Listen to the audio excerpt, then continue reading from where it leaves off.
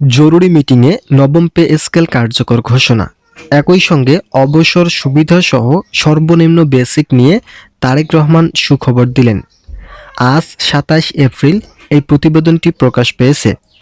আজ জরুরি মিটিংয়ে প্রধানমন্ত্রী তারেক রহমান গুরুত্বপূর্ণ কয়েকটি সিদ্ধান্তের কথা জানিয়েছেন। তিনি বেতন বৃদ্ধির বিষয়গুলোকে খুবই গুরুত্ব সহকারে দেখছেন এবং এটি বাস্তবায়নের জন্য অর্থ মন্ত্রণালয়কে কড়া নির্দেশ দেন।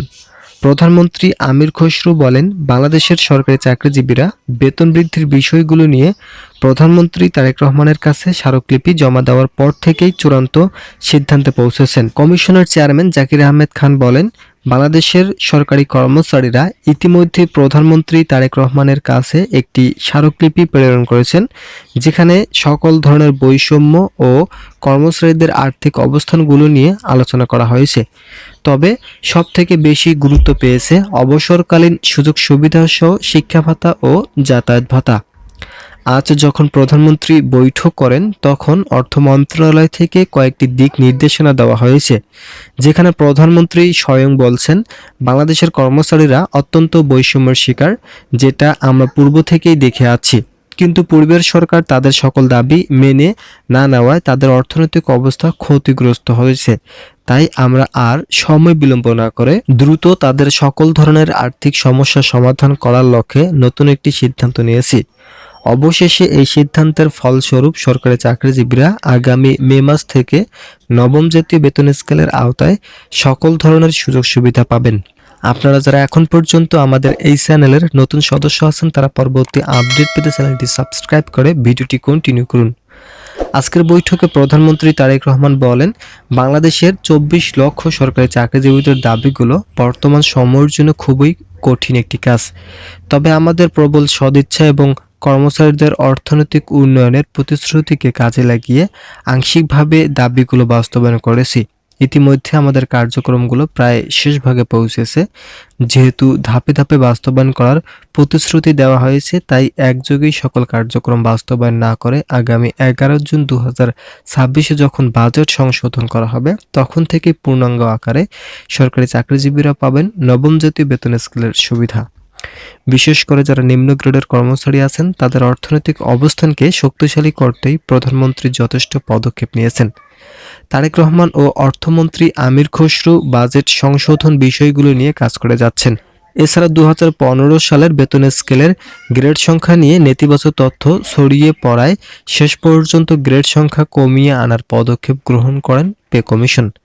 সাবেক অর্থ সচিব জাকির আহমেদ খান বলেন, আমরা ২৫ সদস্য নিয়ে বেতন বৃদ্ধির জন্য কাজ করলেও ইতিমধ্যেই ৬ সদস্য পর্যালোচনা কমিটির পূর্বের রিপোর্ট সংশোধন করার জন্য কাজ শুরু করেছেন। এরই মধ্যে অর্থ মন্ত্রণালয়ের একাধিক সদস্য সচিব আমাদের সঙ্গে একাত্মতা প্রকাশ করে কাজ করে যাচ্ছেন। আমাদের সকলের মতামত একই থাকায় বেতন বৃদ্ধির বিষয়টি নিয়ে নতুন সমস্যা সৃষ্টি হবে না। আমরা ধারাবাহিকভাবে সকল কার্যক্রম বাস্তবায়ন করেছি। এখন শুধুমাত্র প্রধানমন্ত্রী তারেক রহমানের সাক্ষাৎ ও সচিবদের সঙ্গে সর্বশেষ বৈঠকের অপেক্ষায় রয়েছি। যারা যারা এখন পর্যন্ত চ্যানেলটি সাবস্ক্রাইব করেনি, তারা অবশ্যই সাবস্ক্রাইব করুন। আগামী ৩০ এপ্রিল নতুন একটি বৈঠকের আয়োজন করা হয়েছে। এই বৈঠকে সরকারি চাকরিজীবীদের বেতন বৃদ্ধির পাশাপাশি সিলেকশন গ্রেড ও টাইম স্কেল বাস্তবায়নের নতুন সুপারিশ করবেন তারেক রহমান। ইতিমধ্যেই এই বিষয়ে অর্থ মন্ত্রণালয় শতভাগ নিশ্চয়তা দিয়েছেন, কেননা প্রধানমন্ত্রীর কার্যালয় থেকে এই বিষয়টি বাস্তবায়নের পদক্ষেপের কথা জানায়।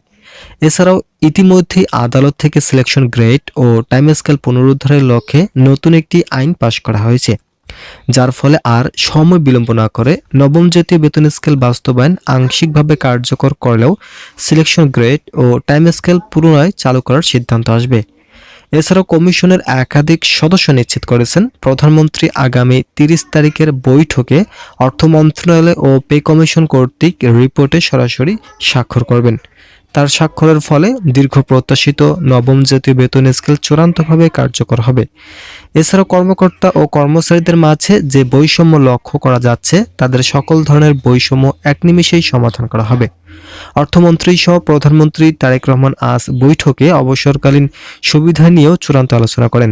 তবে সংশ্লিষ্ট সূত্র জানিয়েছেন, এখনও অবসরকালীন সুযোগ সুবিধা নিয়ে কর্তৃপক্ষের নিকট থেকে গুরুত্বপূর্ণ কোনো সিদ্ধান্ত নেওয়া হয়নি, কেননা বর্তমান দেশের অর্থনৈতিক অবস্থা খুব একটা উন্নত নয়।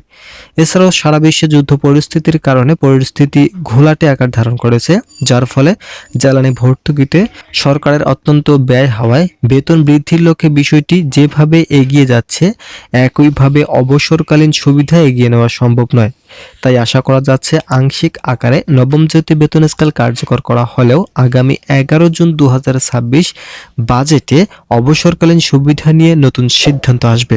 তো আপনারা সে পর্যন্ত অবশ্যই আমাদের এই চ্যানেলটি সাবস্ক্রাইব করে আমাদের সঙ্গে থাকবেন, যাতে পরবর্তীতে পে স্কেলের গুরুত্বপূর্ণ আপডেট সবসময় সবার আগে পেতে পারেন।